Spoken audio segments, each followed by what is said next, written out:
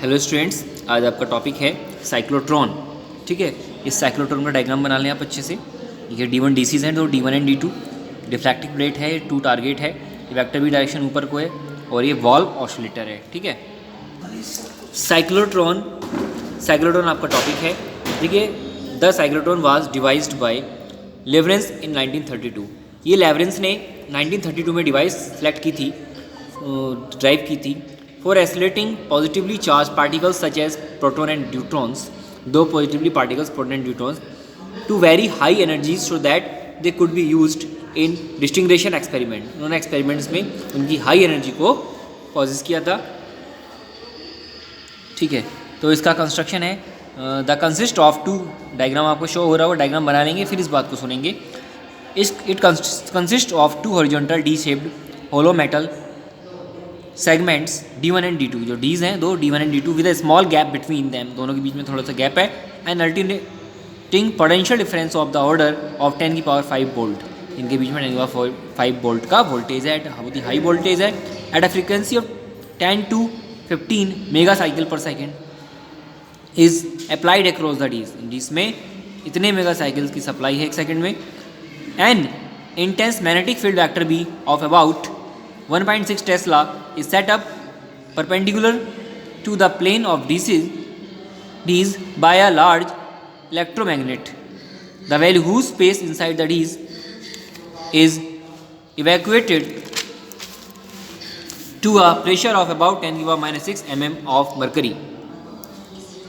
An iron source is located at the center as in the gap between the D's. It consists of a small chamber containing a heated filament and a gas such as hydrogen or proton or deuterium full stop, जो कि neutrons के लिए हैं।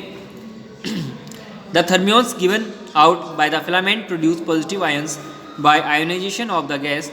The iron come out through a small hole in the ion source and are equivalent to be accelerated। देखिए, अब इसकी theory और working पर डिस्कस करते हैं।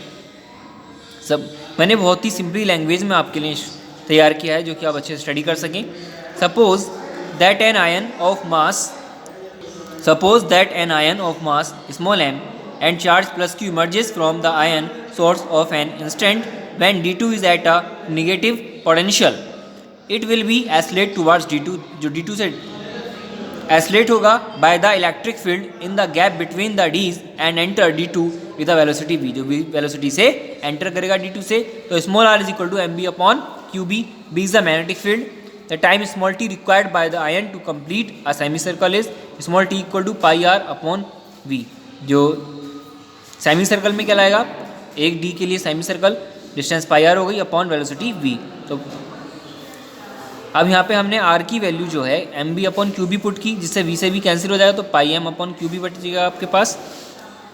देखिए, that the time of passage of the ion through the d is independent of the speed of the ion end of the radius of the circle. The time of passage t through d1 however is still the same. Achievement of resonance condition, अगर हम इसकी resonance condition के बारे में बात करें, we have seen that the cyclotron operates under the conditions that the frequency V0 of the applied PD, जो potential difference है, must be equal to the frequency V, जो पोटेंशियल डिफरेंस है वो इक्वल होगा फ्रीक्वेंसी V के, mu कह सकते हैं, of the circular revolution of the ion। तो V0 equal to V, V equal to V की value 1/2t, V equal to, जब हम स्मॉल t की वैल्यू यहाँ से पाई m अपॉन QB यहाँ पुट कर देंगे तो QB, तो V इक्वल टू हो जाएगा QB अपॉन 2πm। ये तो V equal to V0 equal to QB upon 2πm।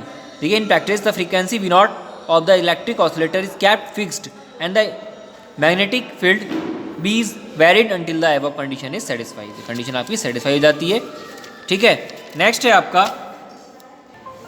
Next है इसकी लिमिटेशंस क्या होती हैं।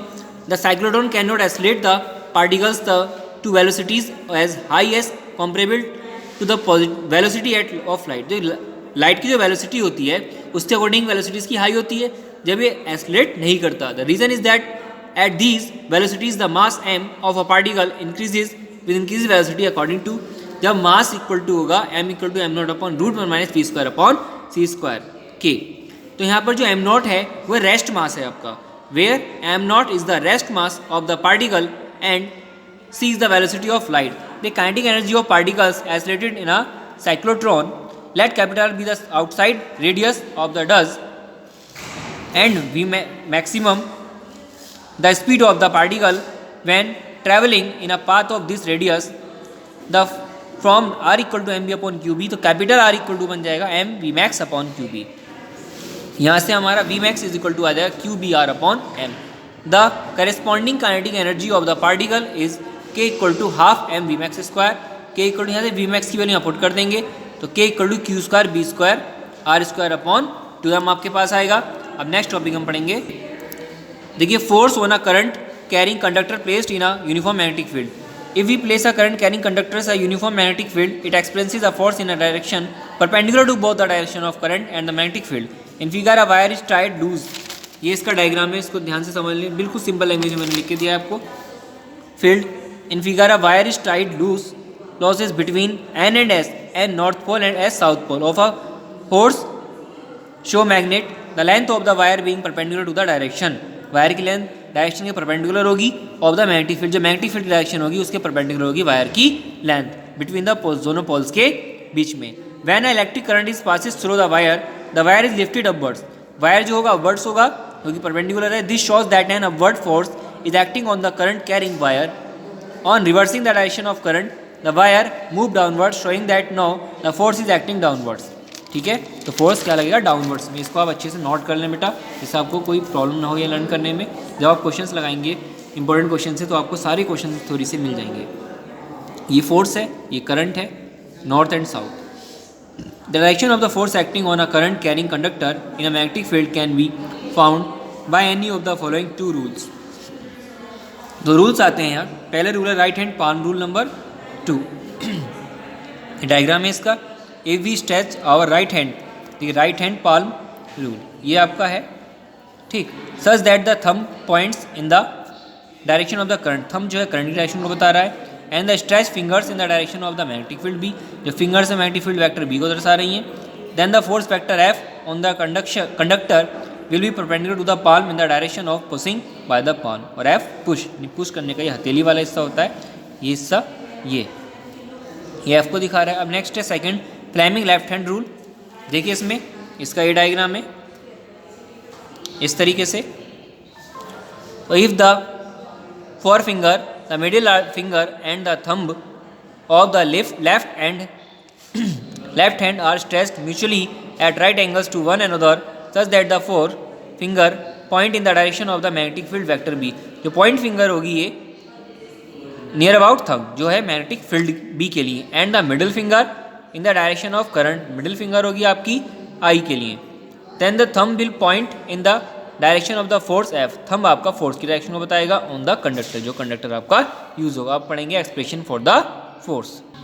The expression of the force पूरी मैग्नेटिक फील्ड है, यहाँ पर रिपल्सिविटी है, ये फोर्स है, निगेटिव जो है इलेक्ट्रॉन के लिए है डायरेक्शन. तो इसमें देखिए F dash equal to E V D B sine theta, तो एन इक्वल टू होता है N A L, F equal to F dash N. F dash की वैल्यू आ जाएगी E V D B sine theta और N की value आ जाएगी एन ए एल. ठीक है, एफ इक्वल टू देखिए N E A we D को एक साथ लिया, बी और एल को एक साथ लिया, बाद में साइन थीटा. तो F equal to BIL I B L sine theta. ये आपकी I equal to n E A we d formula होता है, एम सी क्यू में बहुत पूछा जाता है. तो F equal to BIL sine theta, ठीक है, आई स्केलर है और एल और बी क्या है vector quantity. F equal to I vector L cross vector B. देखिए force between two parallel current carrying conductors, definition of ampere. If the direction of currents in two parallel wires are same, the wires attract each other and if the directions of currents are opposite the wire repel each other. तो wire क्या करेंगे, दूसरे को ripple करेंगे जब parallel condition में होंगे. Definition of ampere important point है, ये वैल्यू म्यू नॉट की 4.10⁻⁷ weber per ampere metre. 1 ampere is the current which when following in each of two infinitely long parallel conductors 1 meter apart in vacuum produces between them a force of exactly 2 into 10⁻⁷ Newton per meter of length. तो mu naught equal to 4 pi into 10⁻⁷ weber per ampere metre. ठीक है, यहाँ पर next class में आपको पूरा theory portion है, इसको अच्छे से पढ़ेंगे. पहले एक बड़ी क्लासेस आपके लिए मैं अपलोड करूँगा. इसमें ये वाला टॉपिक पढ़ेंगे, टॉर्क ऑन है current loop in a uniform magnetic field, जिसमें मूवी कोयल गैल्वेनोमीटर आ जाएगा। 2 टाइप के, सस्पेंडेड और पाइवोटेड। ये सस्पेंडिंग कोयल गैल्वेनोमीटर है और फिर आपका ये पाइवोटेड कोयल गैल्वेनोमीटर है। ये दोनों गैल्वेनोमीटर मैं आपके कल की क्लास में कंप्लीट करूँ, फिर हम नेक्स्ट क्लास में पढ़ेंगे बेटा मैग्नेटिक डायपोल। ठीक है, बोलो students, have a nice day.